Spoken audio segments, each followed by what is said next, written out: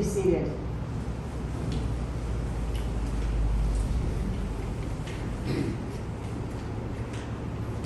Have you ever had such a wonderful, extraordinary experience that you just don't want to ever leave? And if it is also mysterious, you don't know quite how to describe it, but above all, you deeply desire to know what its meaning could be. I don't know about you, but I know that I often just jump right in and unwittingly either stifle the experience or try to lose the experience, rather than simply being still and listening for what deeper meaning it may have in my life and others. We need time to marinate in mystery.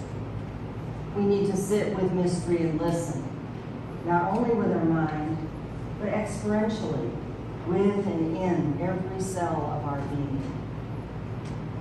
We need to pray with it.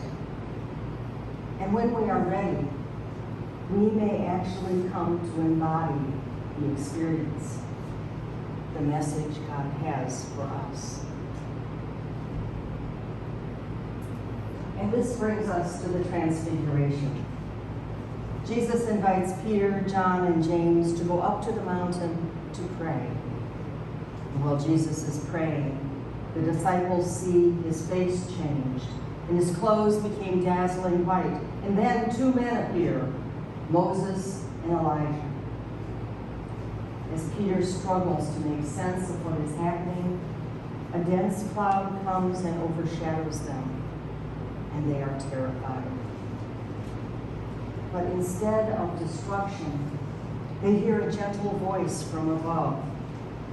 "This is my son, my chosen. Listen to him." In pure joy, Jesus is declared to be my beloved son, and they are told, "You must listen to him." And then they are alone with Jesus. We are told that they kept silent, and in those days told no one any of the things they had seen, perhaps unconsciously knowing that they needed the space and time for this miraculous experience to shape and transform their lives. And here's where the story ends for now.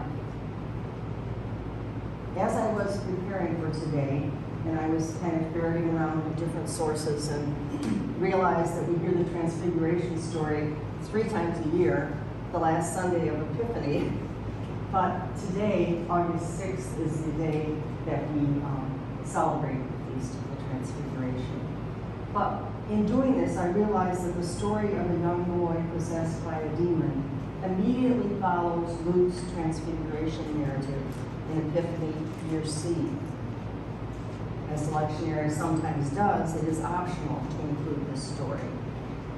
All 3 of the synoptic Gospels have this story directly after the Transfiguration narrative. Not by chance, I dare say.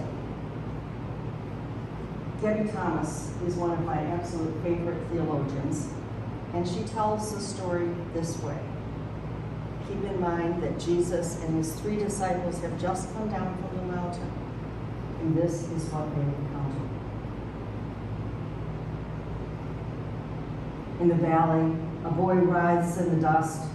He drools, he cannot hear. In his eyes, wide open, feral, sees nothing but darkness. Around him, a crowd gathers and swells, eager for spectacle. Scribes jeer and disciples wring their hands in shame. Frauds, someone yells from the crowd.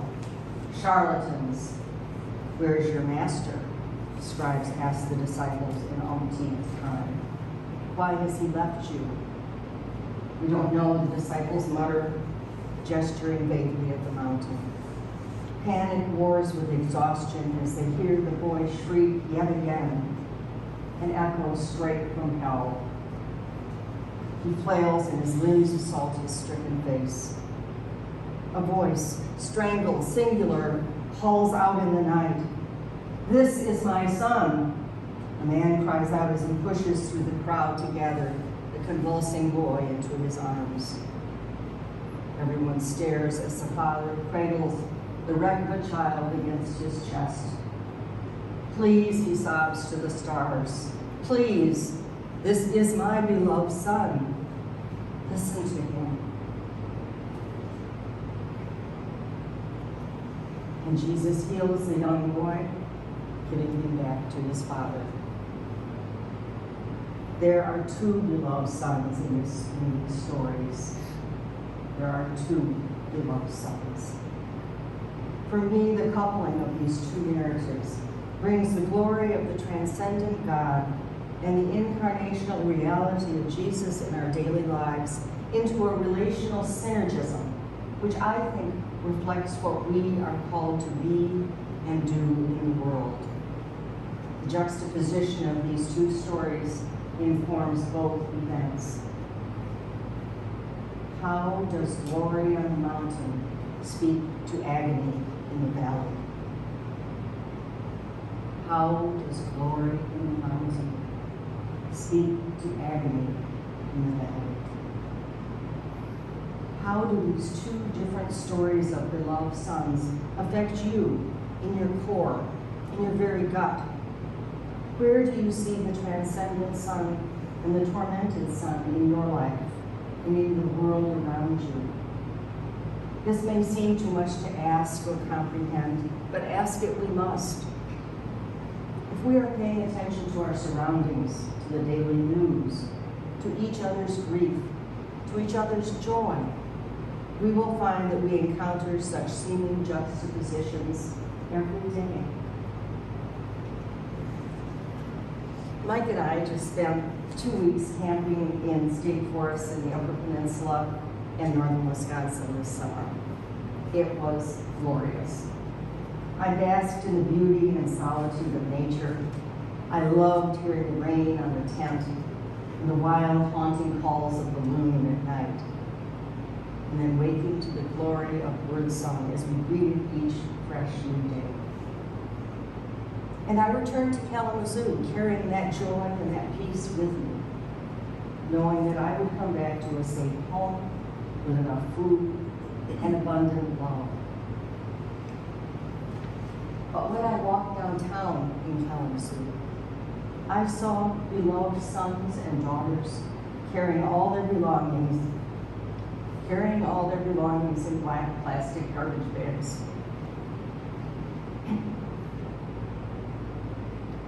I saw raggedy shelters set up to protect beloved sons and daughters from the rain and the sun, and the predators who might even be their neighbors.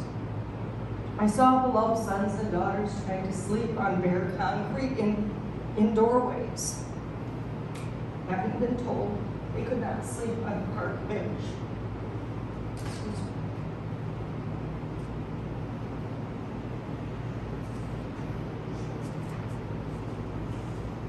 I saw some people interact with them and share humanity, but more often I saw people turn away and avoid them or make disparaging comments about them, avoiding a beloved son and daughter of God. The people I saw in downtown Kalamazoo, and I and you, are all beloved children of God. Both the street people's pain and my joy are real, and one does not cancel out the other. They must both be held in tension and both be recognized as true without excluding or denying one or the other. And how do we begin to do this? It's not easy. But we practice listening to both the voices of joy and the voices of despair. What do they tell us? What do we hear? What do we see? Most of all, what do we feel? How might these disparate voices come together in solidarity, in love, in a common understanding of each other? How might neither of us be alone? It's not easy. Peter wanted to build dwellings on the mountain. He needed some way to absorb what had taken place. He needed a way to isolate as much as enshrine the experience. But God cannot be confined. God works through people. sometimes us, sometimes others. The people who have no shelter and may be living on the street have lessons to teach us. If we attend, we will hear a voice from the cloud saying to us, listen to them. Listen to them. Listen to their humility, their humanity, their kindness, their love of one another. Learn from them about enoughness, about generosity, as well as their despair and anguish and hopelessness. We need to be open to the transfiguration going on all around us, working on us, changing us, transforming us. Can we risk our own known routines? Can we open ourselves to discomforting experiences on liminal edges, the mountaintops and the valleys of our lives? For here is where we will find ourselves being transformed.